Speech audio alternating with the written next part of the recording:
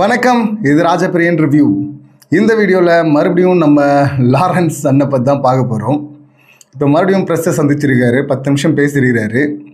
ஏற்கனவே பார்த்தீங்கன்னா பெருசாக லென்த்தாக வீடியோலாம் பேசியிருந்தார்ல, உருட்டியிருந்தார், வடை சுட்டிருந்தார்.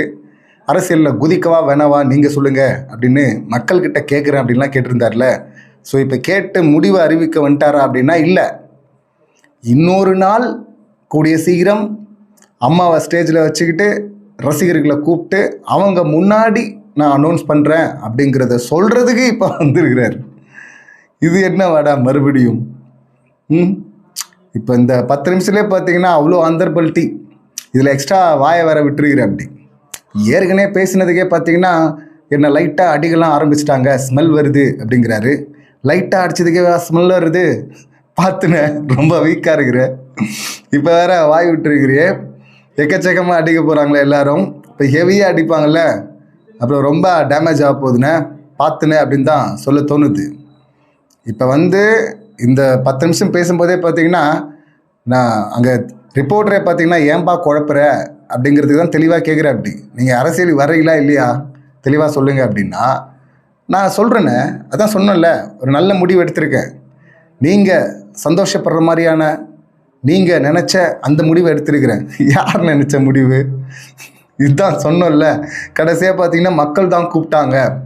எப்படி கூப்பிட்டாங்க? அந்த கமெண்ட்ஸ்லாம் போய் படித்து பாருங்கள் அப்படிங்கிற. அப்படி இதில் நான் சொல்கிறேன், ஏன் அவசரப்படுறீங்க? உங்களை கூப்பிட்டு தான் சொல்லுவேன். அம்மாவை ஸ்டேஜில் வச்சுக்கிட்டு ரசிகர்களை கூப்பிட்டு பத்திரிகையாளர்களை கூப்பிட்டு உங்கள் முன்னாடி தான் எல்லாம் சொல்லுவேன் அப்படின்லாம் சொல்கிறேன். அப்படி இது ஸ்டார்டிங்கில். எண்டில் பார்த்தீங்கன்னா நான் பதவிக்கு பணத்துக்கெல்லாம் அரசியலுக்கு வரலண்ணே. நான் நல்லது செய்ய தான் வர்றேன். இப்போ ஒரு 1000 பேருக்கு செய்கிறேன்னு வச்சிங்களேன், அடுத்து 1,00,000 பேருக்கு செய்வேன். இப்போ 1,00,000 பேருக்கு செய்கிறேன்னு வச்சிங்களேன், அடுத்து 1,00,000 பேருக்கு செய்வேன். இப்போ 1,00,000 பேருக்கு செய்கிறேன்னு வச்சிங்களேன் அப்படின்னு சொல்லிட்டு ஆற்றுன்னு ஆற்றிட்டுருக்கேன். அப்படி இந்த 1,00,000 பேருக்கு செய்கிறது 1,00,000 பேருக்கு செய்கிறதெல்லாம் இருக்கட்டும்.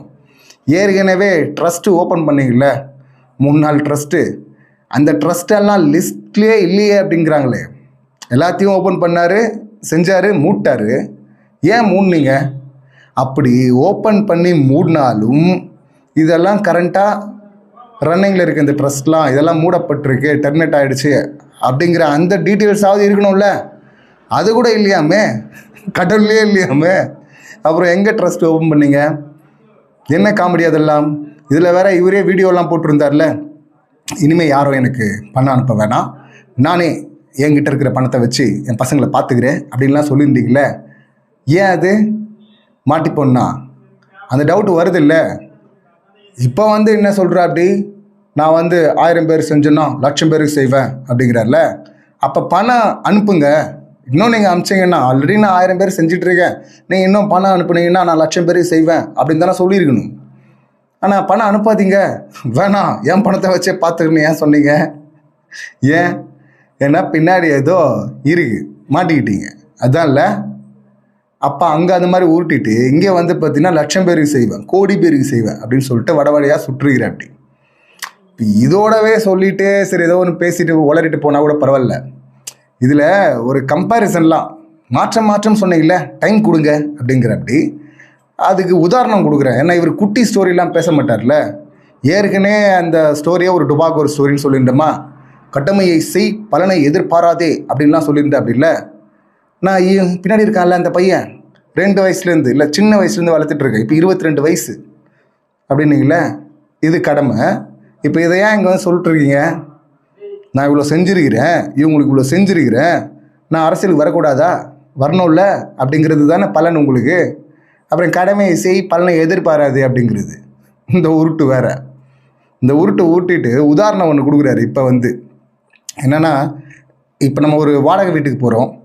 ஹவுஸ் ஓனர் வீடு பார்க்குறோம், ஹவுஸ் ஓனர் கீ கொடுக்குறாரு. உள்ளே போனதுக்கப்புறம் தானே தெரியும் உள்ளே என்ன டேமேஜ் ஆகிருக்கு, எதெல்லாம் டேமேஜ் ஆகிருக்கு அப்படிங்கிறாரு. எந்த வாடகை வீட்டை வெளியே இருந்தே பார்த்துட்டு ஓகே பண்ணி ஹவுஸ் ஓனர்கிட்ட கீ வாங்கிட்டுலாம் ஓகே அப்படின்லாம் போயிடுவாங்க. இது மாதிரி போயிருக்கீங்களா? வாடகை வீட்டில் ஏன் இருந்துருக்கீங்களா? என்ன உதாரணம் இது? உள்ளே போனால், அதாவது வாடகை வீட்டுக்கு உள்ளெல்லாம் போய் பார்க்க மாட்டாங்க, வெளியவே பார்த்தீங்கன்னா பார்த்துட்டு ஓகே அப்படின்னோடனே ஹவுஸ் ஓனர் கீ கொடுத்துருவார். உள்ளே போனதுக்கப்புறம் தான் தெரியுமா இதெல்லாம் டேமேஜாக இருக்குது அப்படின்னு. இது உதாரணம். அதாவது எதுக்கு சொல்கிறாருன்னா, அரசு இப்போ தான் வந்திருக்கு, அவங்க இப்போ தான் வந்திருக்கிறாங்க. உள்ளே வந்ததுக்கப்புறம் தான் தெரியும் எதெல்லாம் எங்கே இருக்குன்னு, எதெல்லாம் பண்ணணுன்னு. அவங்களுக்கு டைம் கொடுங்க அப்படிங்கிற. அப்படி இப்போ எதெல்லாம் இருக்குது, எதெல்லாம் பண்ணணும் எதுவுமே தெரியாமல் தான் வந்து குறை சொல்லிட்டு இருந்தீங்களா, நொட்டிகிட்டு இருந்தீங்களா? குறை சொல்லிட்டு தானே வந்தீங்க. இது எல்லாமே கரெக்டாக இருக்குது, இதை இப்படி செய்யலாம் அப்படி செய்யலாம் அப்படின்லாம் சொன்னீங்க. அதெல்லாம் பார்க்காமே சொல்லிட்டீங்களா? அதெல்லாம் அடிச்சு விட்டுதா அப்படின்னு வாக்குமூலம் கொடுக்குற மாதிரி தானே இருக்காது.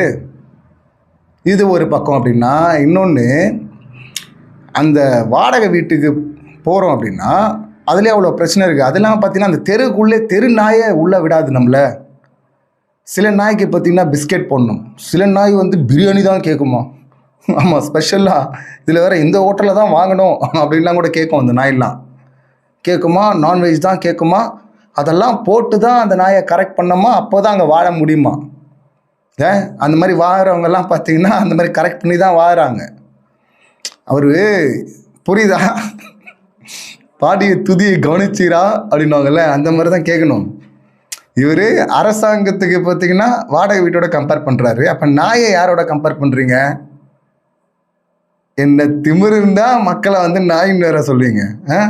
இதில் வேற வந்து பிஸ்கெட் போடணும். பிஸ்கெட் போட்டால் கூட்டுறதுக்கு நாய்கள் நீங்கள் எங்கெல்லாம் போட்டீங்க, யாரெல்லாம் கூண்டாங்கன்றது உங்களுக்கு தெரியும். அது அந்த நாய்களாக இருக்கலாம், இல்லை பிரியாணி கேட்குறது வேறு நாய்களாக இருக்கலாம். அந்த நாயெல்லாம் நம்ம பார்த்ததில்லை. நான்வெஜ் தான் வேணும்னு அடம் பிடிக்கிற நாய், அந்த நாயில் நம்ம பார்க்கல, ஆனால் அண்ணன் பார்த்துருக்கிறாரு. அதெல்லாம் கரெக்ட் பண்ணாதான் இங்கே இருக்க முடியும். இல்லை என்ன கம்பேரிசன் இது? வரவே இல்லை, நமக்கு தான் பேசவே வரல, உதாரணமும் வரல, குட்டி கதையும் வரல. அப்புறம் எதுக்கு இந்த குட்டி கண்ணெல்லாம் போட்டுனுங்கிற? தேவையில்லைண்ணா இதெல்லாம். இதில் வந்து பார்த்திங்கன்னா 1 மாதம் ஆட்சி வந்து சூப்பராக இருக்கான். பிடிச்சிருச்சா அவருக்கு? என்ன சூப்பராக இருக்குது அப்படின்னு கேட்டால், இதில் வந்து கோயில் ஸ்கூல் பக்கத்தில் இருக்கிற வைன் ஷாப்பை வந்து மூட்டாங்களாம். இது ஒன்று போதும் இல்லை, எவ்வளோ பெரிய அரசியல் தற்கூரியாக இருக்குண்ணா நீ அப்படின்னு கேட்குறதுக்கு. ஜெயலலிதா மேடம் இருக்கும்போது 500 கடையை மூண்டாங்க, அதெல்லாம் கேள்விப்பட்டதே இல்லைல்ல. அதுக்கப்புறம் வந்து ஆட்சியில் ஒவ்வொரு ஆட்சி வரும்போது இந்த மாதிரி மூடுறாங்களே, அதெல்லாம் கேள்விப்பட்டதே இல்லைல்ல. இதுவே புதுசாக தெரியுதுன்னா அப்போ இவங்களின் அரசியல் புரிதல் இல்லை, இவங்களுக்கு தெரிஞ்ச இன்னும் ரொம்ப பழைய வரலாறுலாம் கேட்கல, சமீபத்தில் நடந்த வரலாறு. கடந்த ஒரு 3 ஆட்சி இல்லை 3 சிஎம் அவங்க என்ன பண்ணாங்க முதல்ல, அது கூட தெரிலல்ல. அது கூட தெரியாமல் பார்த்தீங்கன்னா வா சூப்பர் அப்படிங்கிறாரு. ஆனால் இதுக்கு பின்னாடி வேற ஒரு காமெடி இருக்குது, அது தனியாக பேசணும் அது. பட் இப்போ இந்த விஷயத்தை பேசினால சொல்கிறோம். அந்த அமைச்சர்கிட்ட போய் கேட்குறாங்க, 717 கடையை மூட்டிங்கன்னு சொன்னீங்க, எங்குங்க அப்படின்னு கேட்டால், அந்த மாதிரி ஜிஓ எதுவும் இல்லை, ஆர்டிஐ போடுறாங்க, எந்த தகவலும் இல்லை, அந்த மாதிரி எதுவுமே இல்லை அஃபிஷியலாக. அதான் சோஷியல் மீடியாவில் வந்துச்சு, நீங்கள் பார்க்கலையா அப்படிங்கிற. அப்படி எந்த சோஷியல் மீடியா? இவங்க ஸ்டிக்கர் ஒட்டி அனுப்புகிறாங்களே அதுவா? இதில் அண்ணன் வந்து 2 அமைச்சர்களை வந்து பார்த்துருக்கிறாரு, 2 பேரை தான் பார்த்துருக்கிறாரு, சிறப்பாக வேலை பார்க்குறாங்க. யார் அந்த 2 பேர் அப்படின்னா, ஒருத்தர் ராஜ்மோகன் கல்வித்துறை அமைச்சர், இன்னொருத்தர் பார்த்திங்கன்னா அறநிலைத்துறை அமைச்சர் ரமேஷில். அவரை சொல்கிறார். அவர் யாருன்னு தெரியல, முறுக்கு கடைக்கு ஆய்வு பண்ணுறேன்னு சொல்லிட்டு போயிட்டு அங்கே போயிட்டு இது 15ஆம் தேதி தயாரிச்சு தானே டேட் போட்டிருக்கு, அதை பார்த்துட்டு இந்த முறுக்கு 15ஆம் தேதி தான் தயாரிச்சாங்கன்றதுக்கு என்ன ஆதாரம் அப்படின்லாம் அறிவுபூர்வமாக கேட்டார்ல. அவருடைய அந்த ஆய்வெல்லாம் பார்த்தீங்கன்னா பயங்கரமாக பிடிச்சி போயிருக்கு அண்ணனுக்கு. அது பிடிச்சி வர்றாரு பார்த்துங்க. அப்படின்னா எவ்வளோ அண்ணன் வந்து அரசியல் தெளிவோடவும் புரிதலோடவும் வராருன்னு பாருங்க. எல்லாரும் ட்ரோல் பண்ணி கழுவி ஊற்றிட்டு இருக்காங்க. இது எந்த டிபார்ட்மெண்ட் பார்க்கணும்? இது வந்து தரமாக தயாரிக்கிறாங்களான்றதை பார்க்குறதுக்கு வேறு டிபார்ட்மெண்ட் இருக்குல்ல. அதை வந்து கடையிலேயே கேட்பார் ஒரு அமைச்சர், அது விற்கிற இடத்துலையே கேட்பார். ஆனால் அவருடைய செயல்பாடு வந்து இவருக்கு பிடிச்சி போச்சான். முதல்ல அதுக்கு தான் சொன்னோம். அது இல்லாமல் இன்னொரு காமெடிலாம் வேறு பண்ணார் அவர். எதுக்காக அறநிலைத்துறை ஆரம்பிக்கப்பட்டது? ஆனால் அது அப்படியே குழி தோண்டி புதைக்கிற மாதிரி தான் அவர் சம்பவம் பண்ணார். லஞ்சம் வாங்குறாங்க ஒரு 3 பேர், பூஜை பண்ணுறவரும் அடுத்த 2 காவலாளிகளும். அவங்கள வந்து வேலையை விட்டு தூக்கியாச்சு. இவரை ஏங்க தூக்கலைன்னா இவர் சஸ்பெண்ட் மட்டும் பண்ணுறாங்க தற்காலிகமாக. ஏங்க என்னங்க இது ஒரே தப்பு பண்ணுறாங்க 3 பேர், 3 பேரையும் தூக்கணும்ல. ஏங்கன்னா இவரை தூக்க முடியாது, இவர் வாலண்டியராக நேராக உள்ளே வந்துடுவாங்களா அப்படிலாம்? சரி, அப்படி வர்றாங்கன்னா அப்போ அவங்கள தானே முதல்ல தூக்கணும். ஆனால் தூக்க மாட்டாங்க. ஆனால் அதெல்லாம் இவருக்கு பிடிச்சி போச்சு. அப்புறமா ராஜ்மோகன் சார் அவர் பேசுகிறதெல்லாம் வந்து அப்பப்போ உண்மையாக பேசுகிறாரு, இருந்தாலும் மன்னிச்சு விடுறோம். ஆனால் ஒரு உண்மையை நம்ம சொல்லி தானே ஆகணும். சார் வந்து இன்ஜினியரிங் காலேஜ் படித்தார் அப்படிங்கிறது அந்த டிகிரி முடியல, அதை வந்து அஃபிடவிட்டில் அவர் மென்ஷன் பண்ணல. சரின்னா அவர் மென்ஷன் தானே பண்ணல, மென்ஷன் பண்ணாதான் தப்புன்னா அவர் ஆல்ரெடி மென்ஷன் பண்ணியிருக்காருல இந்த டிகிரி வாங்கியிருக்கேன்னு. அந்த இடத்துல அந்த காலேஜே இல்லை. அங்கே போனால் பார்த்தீங்கன்னா ஒரு ஐஓபியா ஏதோ ஒரு பேங்க்கோடைய குவார்ட்டர்ஸ் இருக்குது. அதுக்கு பதில் இல்லை கேட்டால் வராது. அவர் தான் கல்வித்துறை அமைச்சர் ஆகிட்டார், பேசுகிறாரு. ஆனால் ஒரு உண்மையை ஒத்துக்கிட்டார்ல. இதில் இந்த மாதிரி காட்டமாக விமர்சனம் வைக்கிறாங்களே எதிர்கட்சி அப்படின்னு சொல்லிட்டு சொல்லும்போது நான் மனசில் பட்டதெல்லாம் உண்மையை சொல்லிடுவேன். அவங்க வந்து பொறாமையில் அது மாதிரிலாம் பேசுகிறாங்க. நீங்கள் வந்து விமர்சனம் பண்ணுறதுக்கு முன்னாடி நீங்கள் என்ன செஞ்சீங்க அப்படின்னு சொல்லிட்டு நினச்சி பாருங்கள், யோசிச்சு பாருங்கள் அப்படின்லாம் அண்ணன் சொல்கிற. அப்படி அவங்க என்ன செஞ்சாங்கன்றது தான் நீங்கள் சொன்னீங்களே, ராஜ்மோகன் அவர் சொன்னார்ல, கொள்கையில் நம்ம முன்னோடி அப்படிங்கிறதுக்கான லெகசி நமக்கு இருக்குது அப்படின்னு. அதுதான் அவங்க செஞ்சது. அது இல்லாமல் நிதி ஆயோக்கில் உங்கள் நண்பர் போய் பேசிட்டு வந்தார்ல நம்ம அண்ணன் சிஎம் சார், அவர் சொன்னார்ல அங்கே போயிட்டு பொருளாதாரத்தில் 2ஆம் இடம் அப்படின்னு. அதுதான் அவங்க செஞ்சது. விமன் எம்பவர்மெண்ட்டில் நம்ம தான் முன்னாடி அப்படின்னார்ல, அதுதான் அவங்க செஞ்சது. அவங்க செஞ்சதெல்லாம் இவங்களே சொல்கிறாங்க. அதெல்லாம் வந்து அண்ணன் கேட்க மாட்டார். ஏன்னா அண்ணனுடைய நோக்கமே வேற இல்லை. 1000 லட்சம் ஆகணும், லட்சம் கோடி ஆகணும். அது உதவியில் அப்படின்னு சொல்லிட்டு அப்படி எடுத்துக்கூடாது. அதுக்கு வேற ஒரு கணக்கு கூட இருக்கலாம் அண்ணனுக்கு, அது அண்ணனுக்கு மட்டும்தான் தெரியும். ஸோ இப்படி உருட்டு இது ஒன்று. இதில் வந்து பொறாமைன்னு வேறு, அந்த பக்கம் பொறாமையா, அதனால் அவங்க வந்து சொல்கிறாங்களாம். இதில் அந்த நாயின்னு சொன்னதுக்கே பார்த்தீங்கன்னா வெளியூர் வெளிக்கு போகிறாங்கண்ணே பார்த்துனே, அது ஒன்று சொல்லணும். அப்புறம் நடுவில் எண்டில் வந்தால் ஒரு பஞ்சு ஒன்று பேசுவார்ல, எண்டில் பார்த்தீங்கன்னா நான் பண்ணலாம் ஒன்றுமே இல்லைங்க, எப்படி வாழ்ந்தான் எப்படி செத்தான் அப்படிங்கிறதாங்க முக்கியம். நான் செத்தான் அந்த ஊரே அழுங்க அப்படின்னு. மற்றவெல்லாம் செத்தான்னா ஊரே சிரிக்குதான்னு, யார் செத்தாலும் தான் அந்த ஊரில் இருக்கவங்க அழுவாங்க. இது ஒரு பஞ்சுன்னு வேற பேசுகிறாரு அண்ணா. உட்காந்து ரூம் போட்டு யோசிச்சு எழுதிட்டு வந்திருப்பார். அப்படி யோசிச்சு எழுதிட்டு வரதே பார்த்தீங்கன்னா இந்த லெவலில் தான் இருக்குது. இல்லைன்னா வந்து மக்களை வந்து நாயோட கம்பேர் பண்ணுவீங்களா நீங்கள்? இதில் வந்து தற்குறி அப்படின்னு சொல்கிறாங்களேன்னு கேட்டால் அவங்க வந்து அம்புக்குறி என்ன அடிபட்டு வைக்கிறியா? இப்போது இவர் இன்னும் வந்து தெரிஞ்சிருச்சே வரப்போகிறன்றதை தான் வந்து இப்படி உருட்டி உருட்டி பில்டப் பண்ணிட்டுருக்கா. அப்படி முன்னாடியே வந்து திருச்சி கிழக்குன்னெலாம் சொல்லியாச்சு. அம்மா வந்து இவ்வளோ நாள் பர்மிஷன் கொடுத்தாச்சு வந்தாச்சு, அதுக்கப்புறம் மக்கள்கிட்ட கேட்குறேன் அப்படி சொன்னது ஒரு உருட்டு. இப்போ பார்த்தீங்கன்னா அங்கே இருக்கிற க்ரௌடேவை அதாவது எங்கே போயிட்டானுங்கன்னா, இவர் இன்னும் வரல, அனௌன்ஸ் பண்ணலை முறையா. பட் ஆனால் வெளியே வந்துருச்சு பூனை குட்டின்னு வச்சிங்களேன். அது உளறிட்டாரு. அது உளர்னாலும் அவரை பொறுத்தவரை இன்னும் நான் சொல்லலை அப்படின்னு தான் நினச்சிட்டு இருக்காரு. ஆனால் அங்கே கூடின கூட்டம் பார்த்தீங்கன்னா துணை முதலமைச்சர்னு கத்த ஆரம்பிச்சிட்டானுங்க. எப்படி இவர் வந்து சிங்கிள் லார்ஜஸ்ட் பார்ட்டி நாங்கள் தான் அப்படின்னு சொல்லிட்டு கவர்னர் ஆஃபீஸ்க்கு விஜய் சார் டீமோட 3 முறை அலைஞ்சார். அவரும் பார்த்தீங்கன்னா ஒரு முறை தம்பி இந்த ஃபார்ம் ஃபில் பண்ணிட்டு வா, இந்த ஃபார்ம் ஃபில் பண்ணிட்டு வான்னு பேங்க்கில் அனுப்புவாங்கள்ல, அந்த மாதிரி பார்த்தீங்கன்னா அவங்க அனுப்பிட்டே இருந்தாங்க. எதுக்கு அனுப்புகிறாங்கன்னே தெரியாமல். கேட்டால் எக்ஸ்ட்ரா கணக்கை போட்டிங்க, தப்பாக கணக்கு பண்ணிட்டீங்க, காங்கிரஸுடைய லிஸ்ட்லாம் சேர்த்துருக்கக்கூடாது, அதெல்லாம் சேர்த்து கொடுத்தாலும் பார்த்தீங்கன்னா 118 வரல, அதனால் போங்க, உங்களை யாரை சேர்க்க சொன்னது அப்படின்லாம் வந்து திருப்பி அனுப்பிட்டே இருந்தாங்க. 4வது முறையாக ஓகே ஆச்சு. அப்பவும் பார்த்தீங்கன்னா கூட்டணி கட்சிகள் இப்போ இருக்கிறாங்கல்ல, அவங்கள ஒவ்வொரு கட்சியிலேருந்தும் ஆட்கள் போயிருந்தாங்க. அப்போ தான் அது கம்ப்ளீட் ஆச்சு. அப்படி போய் தாங்கி பிடிச்சி இந்த ஆட்சி வர்றதுக்கு காரணமாக இருந்தவங்களுக்கே துணை முதலமைச்சர்லாம் கிடையாது, இங்கே ஒரே சென்டர் தான், ஒரே பவர் தான் அப்படின்னு சார் சொல்லிட்டாரு. இப்போ வரவே இல்லை. அதுக்குள்ளே பார்த்தீங்கன்னா துணை முதலமைச்சராக இவர் நின்று ஜெயிச்சிடலாம். ஜெயிக்க முடியாதுலாம் சொல்ல முடியாது, ஜெயிக்கவும் வாய்ப்பு இருக்குது. ஏன்னா விஜய் சார் சப்போர்ட். இவர் பாருங்கள், அதாவது கூட இருந்தவங்க ஆசைப்பட்டால் கூட ஒரு லாஜிக் இருக்குது. இவர் வந்து எலெக்ஷனுக்கு முன்னாடி வந்து கூட சேர்ந்து வேலை பார்த்து அப்படி ஆசைப்பட்டால் கூட பரவாயில்ல, அப்போல்லாம் வரல, நோகாமல் நோம்புக்கு முன்னு ஆசைப்படுறாரு. நேராக துணை முதலமைச்சர் இல்லை, ஆக்சுவலாக முதல்வரே பார்த்தீங்கன்னா அப்படி தான் பெருசாக உடைக்காமல் வந்துட்டார் அப்படின்னு அவர் மேலே விமர்சனம் இருக்குது. அவர் அது பரவாயில்ல, போயிட்டு சில இடங்களில் போய் பேசினார், இல்லை ஒரு வீடியோ மூலியமாக ஏதோ ஒன்று ரீச் ஆச்சு.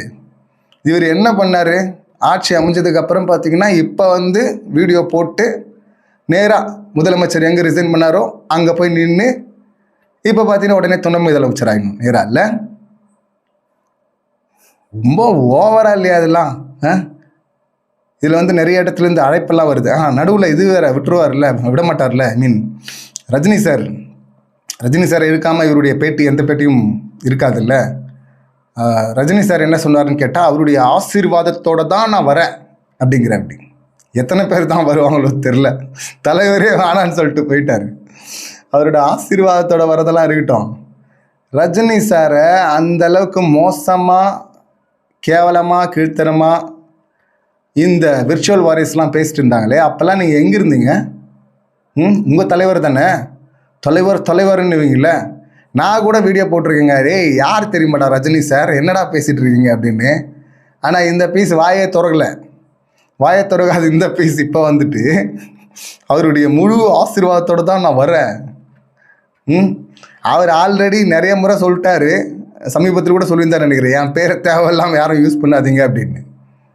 இந்த மாதிரி யூஸ் பண்ணிக்கிறது தான் தலைவர் அப்படிங்கிறதெல்லாம். ஆனால் தலைவரை கழுவி ஊற்றிருந்தானுங்க. அப்போ வந்து வாயே திறக்கலை. இதுதான் உங்கள் விசுவாசமா?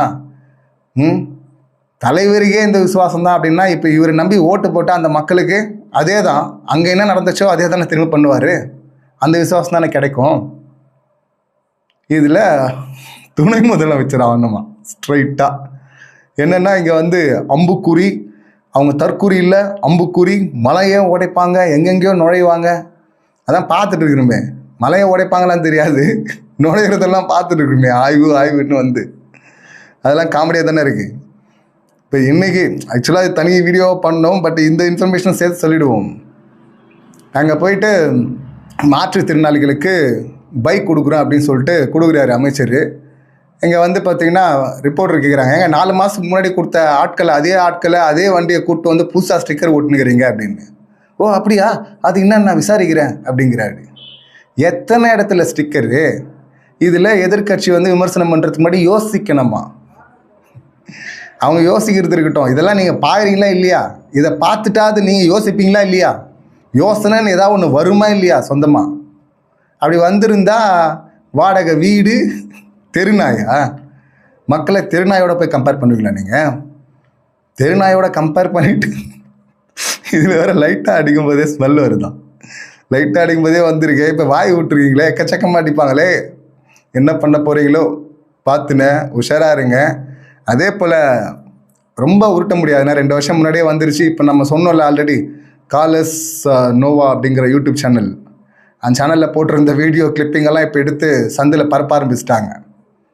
அதில் தெளிவாக கேட்குறாங்க, நீங்கள் ரெஜிஸ்டர் பண்ணீங்களே, ஒரு முறை வரும்போதும் நல்லது செய்கிறேன்னு வரும்போதும் ஒரு ட்ரஸ்ட் ஆரம்பிக்கிறீங்க, அந்த ட்ரஸ்ட் லிஸ்ட்லேயே இல்லையே.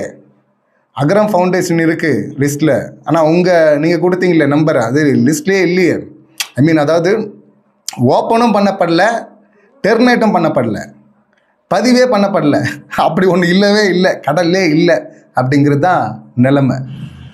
இந்த இதில் இருந்துக்கிட்டு நான் 1000 பேருக்கு செஞ்சால் லட்சம் பேருக்கு செஞ்சால் இப்போ கோடி பேருக்கு என்ன செய்வீனையா? உங்கள் பேச்செல்லாம் பார்த்தா காஞ்சனா படம் எடுத்து வருதுன்னு செஞ்சாலும் செய்வார் போல இருக்கு. செய்வீன்னு வேறு என்ன செய்வீங்க? ஏன்னா இந்த பேச்சில் ஏதாவது ஒரு கன்சிஸ்டன்சி இருக்கா? பேசுகிறதுலே பார்த்தீங்கன்னா ஆரம்பத்தில் நான் சொல்கிறேன்னு ஒரு 3 முறை கேட்டது சொல்லிவிட்டு கடைசியில் இவரே வளர்ற. அப்படி நான் வந்து பதவிக்காக வரல, பணத்துக்காக வரல, அரசியலுக்கு வரனா இல்லையான்னு சொல்கிறேன்ட்டு தள்ளி போகிறாராம். 10வது நிமிஷத்துலேயே வந்து வளர்ற. அப்படி நான் பதவிக்காக வரல, பணத்துக்காக வரல, நான் நல்லது செய்ய வர்றேன் அப்படி. அப்போ வர்றேன்ட்டு சொல்லிட்டீங்களே இங்கே, அப்புறம் இதை வர தனியாக அம்மாவை கூப்பிட்டு, ரசிகர்களை கூப்பிட்டு, பத்திரிகையாளர்களை கூப்பிட்டு அங்கே தான் வந்து நொட்டுவாராம், சொல்லுவாராம் நான் வர்றேனா இல்லையான்னு சொல்கிறேன். அதுவும் அந்த கமெண்ட்ஸ் எல்லாம் படித்து பாருங்கள், மக்கள் சொல்லிட்டாங்கல்ல, மக்கள் தான் கமெண்ட் பண்ணாங்கல்ல. இந்த செட்டப்பெல்லாம் இதில் இவரே சொல்கிற. அப்படி இப்போல்லாம் வந்து நடிகெல்லாம் முடியாதுங்க. நடித்தா அதுக்கான பலன் கிடைக்கும், உண்மையாக இருந்தால் அதுக்கான பலன் கிடைக்கும். ஆனால் நான் நடிக்க மாட்டேன், நான் உண்மையாக இருப்பேன்றாரு. அந்த சர்டிஃபிகேட்லாம் நீங்கள் உங்களுக்கு எல்லாம் கொடுக்க முடியாது, அதை நாங்கள் கொடுக்குறோம். நீங்கள் நடிக்கிறீங்க தான் அப்பட்டமாக தெரியுது. இவ்வளோ அப்பட்டமாக மாட்டிக்கிட்டு இன்னும் விட்டுட்ருக்கீங்க நீங்கள். ஆனால் வந்ததுக்கப்புறம் மாட்டுறவங்க நிறைய பேர், மாட்டினவங்கலாம். ஆனால் நீங்கள் வர்றதுக்கு முன்னாடியே மாட்டினுக்கிறீங்கண்ணே, அதான பாவமாக இருக்குது. வர்றதுக்கு முன்னாடியே அடி வாங்கிட்டு இருக்கீங்களே. இதில் எல்லாரையும் மீட் பண்ண வரான், போயிட்டு ஆசீர்வாதம் வாங்க வரான் எல்லா தலைவர்களையும். ஏன்னா எல்லாம் அண்ணா அப்பா மாதிரி அப்படிங்கலாம் சொல்லிட்டுருக்காரு. இதெல்லாம் வேற மாதிரி அப்படின்னு சொல்லிட்டு புரிஞ்சு மக்களுக்கு ரொம்ப நாள் ஆச்சு. எல்லாம் புரிஞ்சாச்சு, இந்த பணத்துக்காக வரல, பதவிக்காக வரல, இதெல்லாம் வந்து சொன்னவங்க ஆட்சி அமைச்சு இப்போ அவங்களையே மக்கள் கேள்வி கேட்க ஆரம்பிச்சிட்டாங்க. இதில் இவர் வந்து கேள்வி கேட்காதீங்க, ஏன் அவசரப்படுறீங்க? எதில் கேள்வி கேட்கக்கூடாது? நீங்கள் பாட்டு பொய்யா அடிச்சு விடுவாங்க, அதை கேள்வி கேட்கக்கூடாதா? அதாவது ஒரு திட்டங்கள் தீட்டுறதுக்கு டைம் எடுத்துங்க, அதை இம்ப்ளிமெண்ட் பண்ண டைம் எடுத்துங்க அப்படின்னு வேணால் கொடுக்கலாம். நான் பாதிக்கப்பட்டு இருக்கும்போது டைம் எடுத்துகிட்டு பொறுமையாக வாங்க அப்படின்னு சொல்லுவாங்க. எத்தனை பேர் பாதிக்கப்பட்டிருக்கிறாங்க? பெண்களுக்கு பாதுகாப்பு இல்லை அப்படின்னு தானே வந்தீங்க, எத்தனை கேஸு? அதனால் நீங்கள் பொறுமையாக வாங்க, இங்கேயும் நடக்கிறதெல்லாம் நடக்கட்டும், நீங்கள் பொறுமையாக வாங்க அப்படின்னு சொல்லுவாங்க. இதில் பார்த்தீங்கன்னா ஒரு ரசிகை, அவங்க தொண்டர் அழுகுறாங்க பேசும்போதே, அண்ணன் நல்லா இருக்கணும், அவர் எல்லாரும் டார்கெட் பண்ணும்போது தான் நாங்கள் தேடி கற்றுக்கிட்டோம். என்னத்தை கற்றுக்கிட்டாங்கன்னு தெரில. இவன் அண்ணன் பேசுகிறாரு, அதையாவது கேளுமா, அதையாவது கேட்பீங்களா நீங்கன்னா? அதெல்லாம் கேட்க மாட்டாங்க. அதே தான் அந்த விஷால் படம் வரும்ல, சூரி சொல்லுவார்ல, டேய் நான் தானே உன்னை திட்டினேன், ஏன் நீ இல்லைப்பா, அது வேறு யாரோப்பான்னு. அந்த மாதிரி தான் இப்போ வந்து இந்த அமைச்சர்களும், ராஜ்மோகன் உட்பட, அவரும் உட்பட இன்னும் சில அமைச்சர்களும், இங்கே விஜய் சாரும், அவங்களே வந்து கடந்த ஆட்சியின் சாதனைகள் இதெல்லாம் இதெல்லாம் பண்ணியிருக்கோம், இவங்க பண்ணல நிச்சயமாக, அது இவங்களுக்கே தெரியும். அப்போ இதெல்லாம் நாங்கள் பண்ணியிருக்கிறோம், இதெல்லாம் முன்னாடி இருக்கோம் அப்படின்னா, இதெல்லாம் முன்னாடி இருந்த அரசுகள் பண்ணுது அப்படின்னு சொல்லிட்டு அவங்களே சொன்னால் கூட இவங்க கேட்க மாட்டாங்க. அந்த பெண் பார்த்திங்கன்னா அழுகுறாங்க, அவர் வந்து டார்கெட் பண்ணுறாங்க அப்படின்னு. ஏம்மா அழுகுறீங்க அப்படின்னு கேட்டால், அதை நார்மலாக பேசுங்கம்மான்னா, அது வந்து ஒரு எமோஷனுங்க. அது அவரை பார்க்குறதுக்கே 30 வருஷம் ஆயிருக்குங்க. இவங்களெல்லாம் என்ன சொல்கிறது? நீங்கள் படம் பாருங்கள், அவரோட படம்லாம் பார்ப்பாங்களாம், ஒரு படம் விட மாட்டாங்களாம், இந்த ஃபோட்டோலாம் ஷேர் பண்ணுவாங்களாம் எல்லாம். அதெல்லாம் உங்களை பண்ண வேணாம்னா சொன்னாங்க. அவர் படத்தில் நாங்கள் கூட தான் பார்ப்போம், எங்களுக்கும் தான் பிடிக்கும், அது படத்தில். பட் அரசியல் என்னவா இருக்கிறாரு, அதெல்லாம் தேவையில்லைல்ல. ஏன்னா இப்போ இவர் வரப்போகிறார்ல, அண்ணாமலை சார் வரலாம், அவர் படிச்சிருக்கிறாரு. இவர் படிக்கலைனாலும் இவர் வரலாம், இன்னொருத்தர் படிக்கலனாலும் அவர் வரலாம், யார் வேணால் வரலாம். ஏன்னா இவங்க தான் வரணும்னு இவர் சொல்லக்கூடாது. சொன்னால் வந்து சீமான் அண்ணன் வந்து அன்றைக்கி வந்து திட்னியப்பா அப்படின்னு சொல்லிட்டு கழுவி ஊற்றுவாங்கல்ல. அதனால் இப்படி ஒரு உருட்டு, யார் வேணால் வரலாம். இதில் கடைசியாக வந்து பஞ்ச் டைலாக் வர, இது பஞ்சா இது? நீங்கள்லாம் வந்து வர்றதுன்னா வந்துட்டு போங்க, எதுக்குங்க கேட்குறீங்க இது மாதிரிலாம் உருட்டுறீங்க அப்படின்னு கேட்டால், மக்கள் தீர்ப்பு தானே மகேசன் தீர்ப்பு. ஆமாம், மக்கள் தீர்ப்பு மகேசன் தீர்ப்பு. எப்போ நீங்கள் வந்து எலெக்ஷனில் கண்டெஸ்ட் பண்ணி அப்போ மக்கள் வந்து ஓட்டு போடுவாங்கல்ல, அதுதான் மக்கள் தீர்ப்பு. இந்த வீடியோ போட்டு கமெண்ட்ஸ் போடுறாங்களே, அதுவா மக்கள் தீர்ப்பு? இது ஏன் ஸ்டைல் அப்படின்றாரு. நீங்கள் ஒன்று பண்ணுறீங்க, அது ஸ்டைலாக இல்லையான்னு மக்கள் சொல்லுவாங்க. அப்படியெல்லாம் இல்லை, இது வந்து தற்குறித்தனமாக தானே இருக்குது. இல்லை நீங்கள் சொல்கிற மாதிரி அம்புக்குறி அப்படின்னு சொல்லிட்டு எங்களுக்கு தற்குறியாக தெரியுறீங்க, உங்களுக்கு வேணால் அம்புக்குறியாக நினச்சிங்க உங்களையே. நீங்கள் இதில் எண்டில் பஞ்சு வர தப்பு தப்பா, நான் செத்தா ஊரே ஆகிடும், மற்றவங்க செத்தா என்ன. ஸோ அதாவது என்டர்டெயின்மெண்ட்னா ஒரு பக்கம் என்டர்டெயின்மெண்ட் நிறையா போயிட்டுருக்கு, சரி அதை பார்த்து சிரிக்கிறதா ஆளுதான்னு தெரியாமல் போயிட்டு இருந்தா, இன்னொரு படம், ஒரு படம் மட்டும் இருந்தால் பத்தாதுல, இன்னொரு படம் வரணும்ல அப்படின்னு சொல்லிட்டு என்டர்டெயின்மெண்ட் வேல்யூ ஆட் பண்ணுறதுக்கு அண்ணன் வர்றாரு. ஆல்ரெடி சந்தில் வச்சு புழக்க ஆரம்பிச்சிட்டாங்க. இப்போ வாய் விட்டுருக்காருல, தெருநாய் வாடகை வீடு அப்படின்னு, இதுக்கு எக்கச்சக்கமாக செய்ய போகிறாங்க. பார்ப்போம் என்ன நிலைமையில் போய் முடியுது அப்படின்னு சொல்லிட்டு. இந்த சம்பவங்களை நீங்கள் எப்படி பார்க்குறீங்க, உங்கள் கருத்துக்கள் என்ன அப்படிங்கிறது கமெண்ட் பண்ணுங்கள். மீண்டும் அடுத்த வீடியோவில் சந்திக்கலாம். நன்றி, வணக்கம்.